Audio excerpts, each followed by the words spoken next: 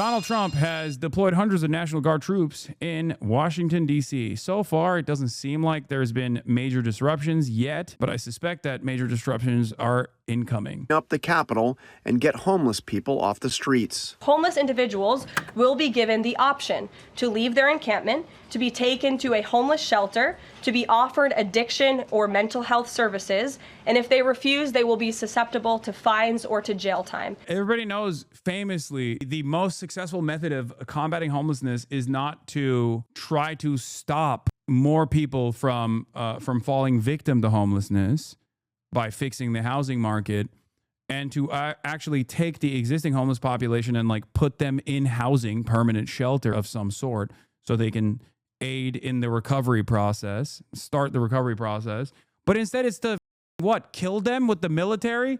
That's what we're gonna do? That's how we're supposed to combat homelessness? Sounds great. A big chunk of those dudes are vets too, by the way. So make no mistake, when these dickheads are like, oh my God, what about our veterans? What about our veterans?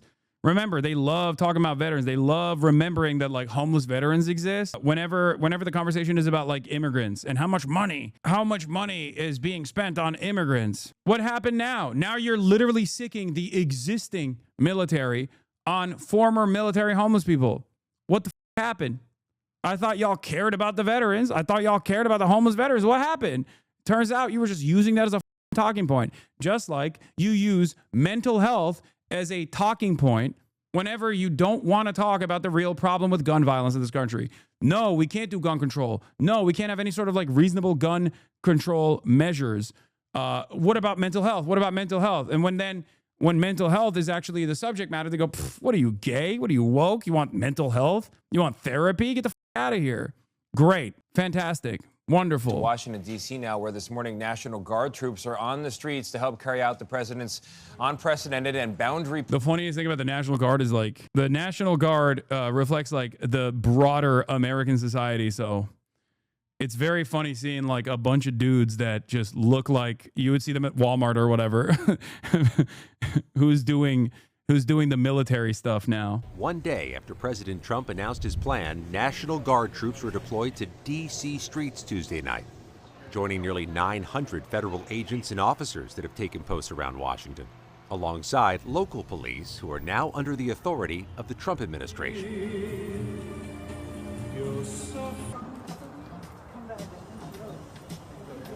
I said this admin is sending a more militant response to big balls being jumped by a 15-year-old teen boy and girl than January 6th. Because remember, a lot of people forget that like Donald Trump did January 6th, right? The insurrection that failed.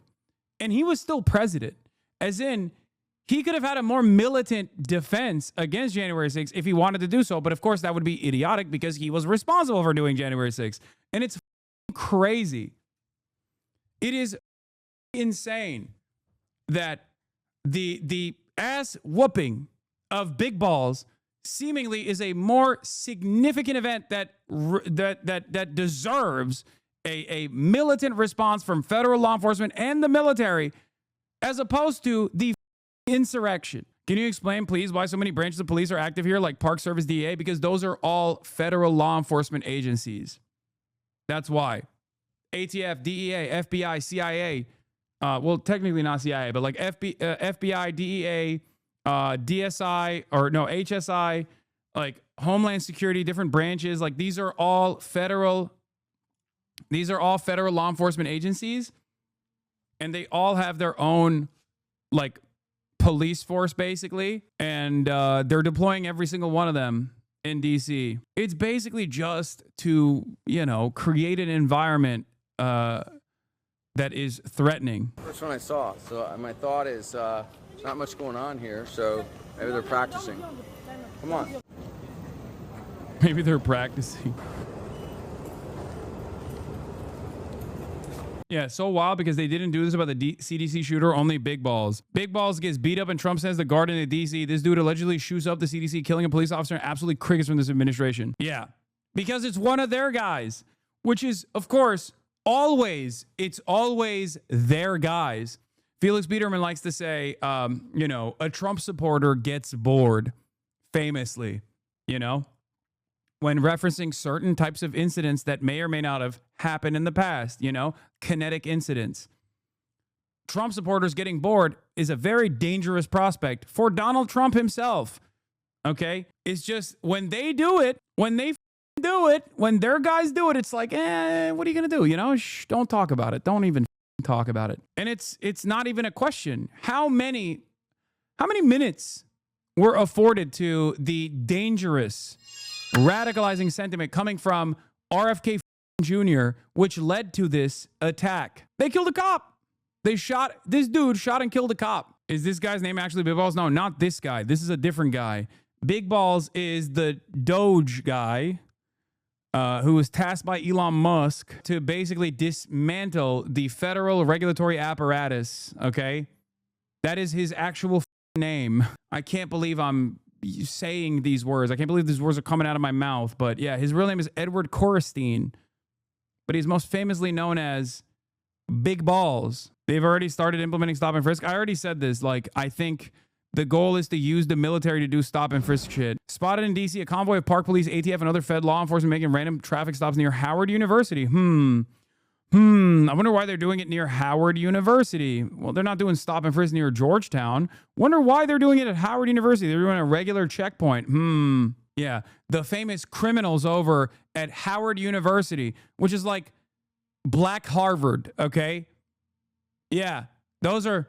I wonder why you would just assume that the people in and around this historical Black university would be criminals automatically.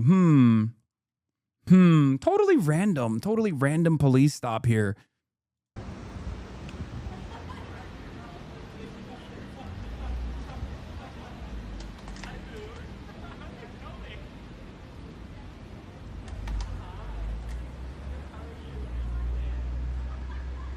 Violating the Fourth Amendment, by the way. The police need reasonable suspicion of a crime. This is why it was thrown out in New York. Oh, yeah, of course. By the way, I can't stress this enough. They are doing this for suppression. They are doing this for militant response. They're doing this to show you who's in charge. And they're going to continue doing this. And make no mistake, their goal is to do this everywhere. Okay? They don't have enough manpower to do this. They still have to hire a ton more ICE agents, obviously, to be able to do this successfully. And the military will make up for that shortage. But that is the goal. Now, the problem, of course, is that the American military is comprised of people from all different walks of life, from all around the country, and it doesn't feel like many of them are invested in doing this kind of thing. ICE, on the other hand, is a self-selecting group of monstrous Gestapo pieces of shit. So obviously, they will be more excited, more enthusiastic about putting on a mask and behaving in these like incredibly violent Gestapo-style ways. Whereas the National Guard is just like regular ass dudes that are, you know, weekend warriors. So they're not going to be all be as invested. Even the Marines are probably not as invested in like doing domestic law enforcement stuff as ICE would. So this, once again, runs into the same problems where I think this administration's incompetence will get in the way of its desires to implement full-blown fascism, okay?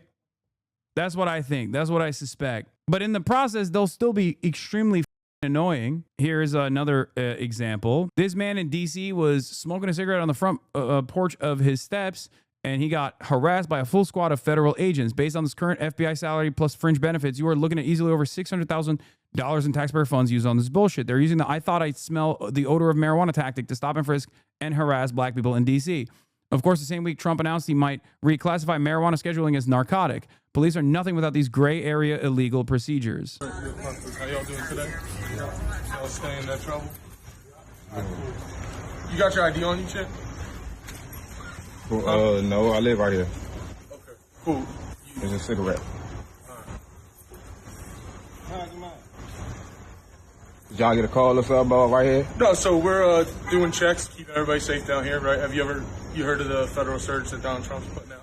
No. Right. You don't. Oh, dude, I'm just keeping you safe. Don't you feel safe? You mentioned this was the first thing Hitler did. Can you talk about this more? I'm not aware. I mean, yeah, militarizing the domestic law enforcement with loyal Hitlerite servants of the admin is a common meta. 3, anything like that people are putting up. All right, so yeah, Trump's got all federal agencies kind of coming together for 7 days and going out, trying to stop the violent crime, all kind of stuff. So we're out here contacting people, talking to them, right? Quality of life offenses, smoking, drinking in public, right? Can't happen outside, right? Most people know that. Quality of life adjustments. You can't be smoking and drinking in public. Okay, he's not. He's smoking on his porch in his own house. So what the f are you bothering him about? So we're contacting people, trying to advise them of the law so they learn, right? And then if there's other stuff going on where it turns into there's multiple agencies of somebody, there's a shooting as well, right? So we're just out here trying to inform people and educate people. It's not like we're trying to just go grab people and ruin something. I love that he's like, oh, it's not like we're trying to do the thing that we are literally doing to you right now that you are documenting. Dude, you're doing it. What do you mean we're not trying to do the thing that you're doing? Like, what the f is this? Oh, dude, you don't understand. Like, I'm not trying to like be in anybody's business. You know, I'm not trying to like walk up to people's houses and demand answers to idiotic questions about what they do in the privacy of their own front porch. That would be silly if I were to do that, obviously. You know? Yeah, this is the classic. While I'm in the process of arresting you, I say, in Russia, you would be arrested for this. Like, literally, as a cop is just like beating on a protester and violently apprehending them, he says, in Russia, you'd be arrested for this. You know that? It's like, well, you're arresting me. What's going on? Am I in Russia? Like over a joint or something like that, all right? I only asked because when you walked up, at the moment you walked up, you only had eggs. Yeah, well, it smelled like the odor of marijuana, burnt marijuana. Oh, dude. Well, the olfactory cues were signaling to me that there was a tactical marijuana insertion in the air follicles, and I of course had to make a kinetic advancement in the direction of the odor of marijuana. Sir, are you in the presence of a currently legal, but maybe in the future illegal narcotic substance? I have tactically ascertained that in the future time frame, there might be more kinetic situations involving myself and many other brave members of the law enforcement community to apprehend and tactically ascertain the olfactory cues that are coming in your direction by a narcotic substance. In the air, right? And you're the only guy that had something lit in your hand, and I didn't flash right, so I didn't realize it was just a cigarette. So that's on me. I appreciate you understanding and not getting chippy. All right, so just know, right? Learn, teach, tell your boys, like, yo. Tell your boys, spread the word. We're in here. We're up in this bitch. Everybody's out, from FBI to police. So do your thing. Let them know. Don't be smoking outside. Don't be drinking outside. Because Donald Trump is tired of it. People come to visit. I didn't know that. Is it to you? What do you mean? What do you mean? Tell your boys no more drinking outside. Like, what are we talking about, man? It's so annoying. I thought this was America, okay? Yeah, I know he said Donald Trump is tired of it. He said Donald Trump. Bro, is that your daddy? The do you mean? Donald Trump is tired of it, dude. No more drinking outside. Donald Trump doesn't want that. Okay, well, you and Donald Trump too. Suck my dick, both of you. Take it up with the big man. What the do you mean? Oh, tell your boys no more freedoms, okay? Donald Trump is tired of it. Oh, okay, got it, man. Thank you. I didn't realize we lived in that world now, you know? This is the whole point, okay? This is literally the whole point. When Donald Trump talks about like beautification or broken windows policing, like, this is precisely what they're trying to implement. An environment of ever-present threats coming from federalized law enforcement agencies, federal law enforcement agencies and militarized police forces that roam the streets and just like harass random black dudes on their own goddamn porches with totally irrelevant, with like a totally made up reason. This conversation, this back and forth, could have gone south, and luckily it didn't. And before people say, oh, it's a law in like Virginia and DC, dude, you're supposed to have leniency, and this person's on his own porch anyway. What the are you talking about? There is no law in the books that says you can't drink or smoke on your own porch. That's number one. Number two, have you ever been hit with a container charge? I have. Okay. The process is so annoying. Under normal circumstances, you could just like make the person dump the alcohol, and it's a citation at best. It should never even get to that point, regardless. Okay, even if he was like on the street right now, drinking an alcoholic beverage, do you think it's justifiable to have the entire like ATF, DEA, FBI agents swarm you and be like, "Yup, take out the sick freak"? Even if he was in public doing that, cops will always use whatever they can to their advantage to just like f your day up. Okay, that's it. This should be seen for exactly what it is, which is a ridiculous overkill militarization to basically do a military occupation to threaten law-abiding citizens in the nation's capital. Be smoking outside, don't be drinking outside. Because Donald Trump is tired of it. People coming to visit. I didn't know that. You didn't know smoking in public? Yeah, I didn't know that. Yeah, the arrestable Because in offense. Maryland, there's recreational use, so I didn't know. Yeah, so DC, it's recreational use as well, right? But you can legally possess up to 2 ounces. You can gift an ounce to your boy, right? So if you had 2 ounces and he said he needed a zip, you can give him a zip, but you can't smoke outside. I'm absolutely crashing out because blue no matter who voters are using these raids to bash the common criticisms during the election cycle and calling us Nazi sympathizers too. Come on.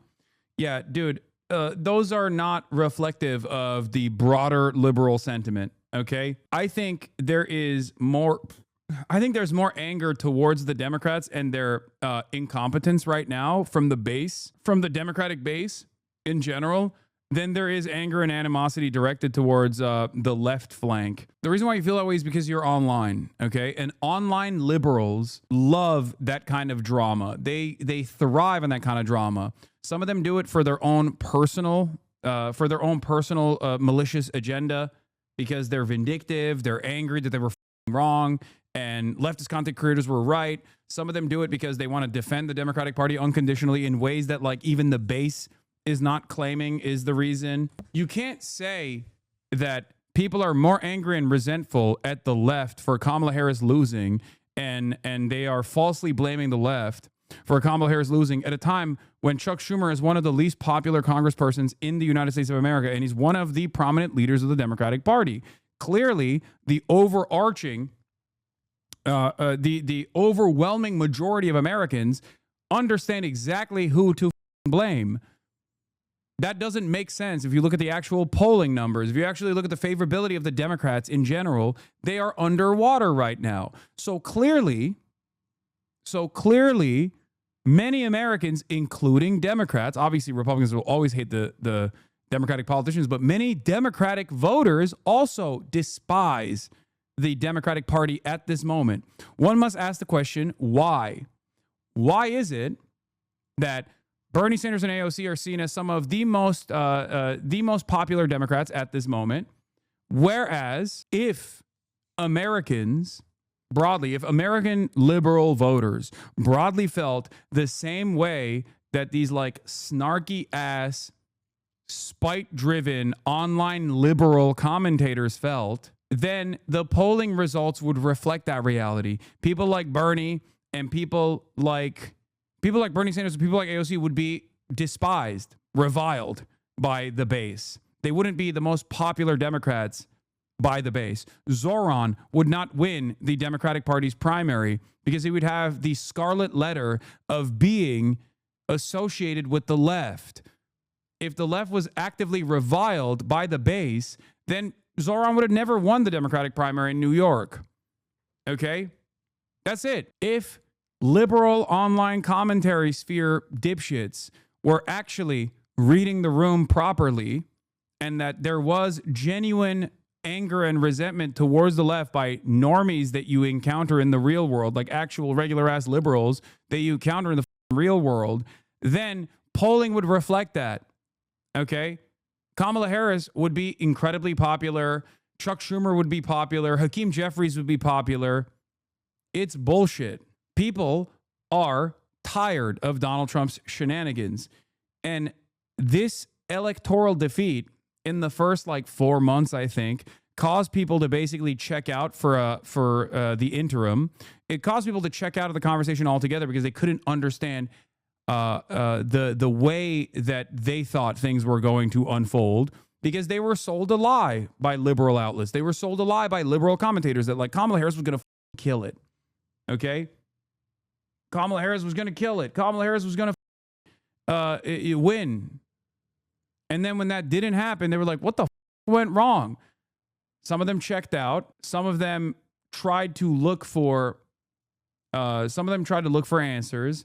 And they basically came to the conclusion that, you know, the Democrat inability to address all of the issues that Trump continues to bring about, all of the awful things that the administration is doing, has been met with tremendous resentment.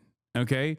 It's been met with understandable anger. It's been met with revulsion. It's been met with tremendous anger.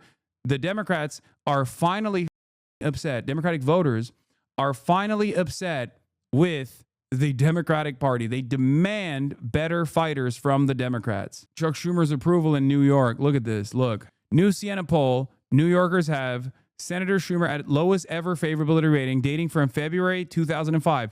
38% to 50%, down from 41 to 47 in June. Among Dems, his favorability rating is 49 to 39%, down from 55 to 35 in June.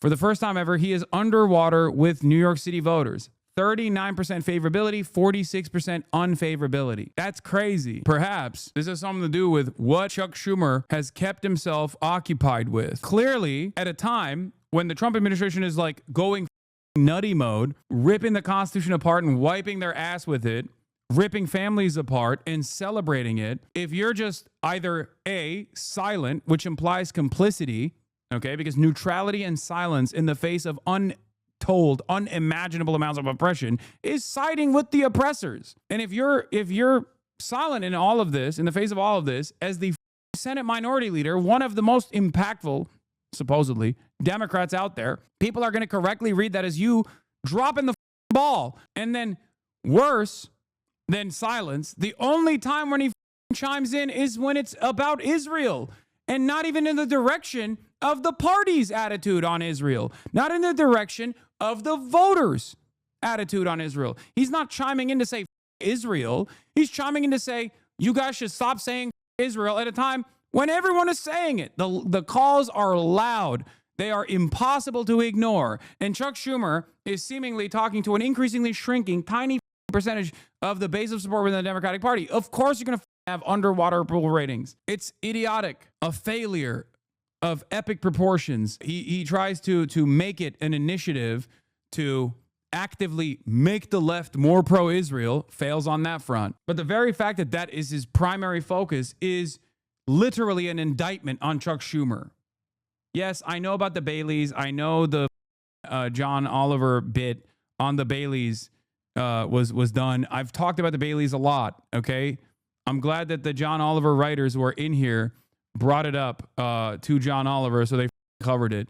We've talked about it months ago. We've talked about it for a long-ass time, as a matter of fact. Dick Durbin voting with Chuck to pave the way for the Trump admin cuts to go through directly led to a backlash in Illinois and his decision not to run again. Honestly, why people don't see the writing on the wall, and I'm curious who will replace Durbin. Yeah. New York City net favorables. Mamdani at +14. Gillibrand at -2. Schumer at -7. Curtis Sliwa at -12. Elise Stefanik at -16. Cuomo at -17. Andrew Cuomo is less popular than Curtis Sliwa and Elise Stefanik. Eric Adams is -28 and Donald Trump is -39. Oh my God.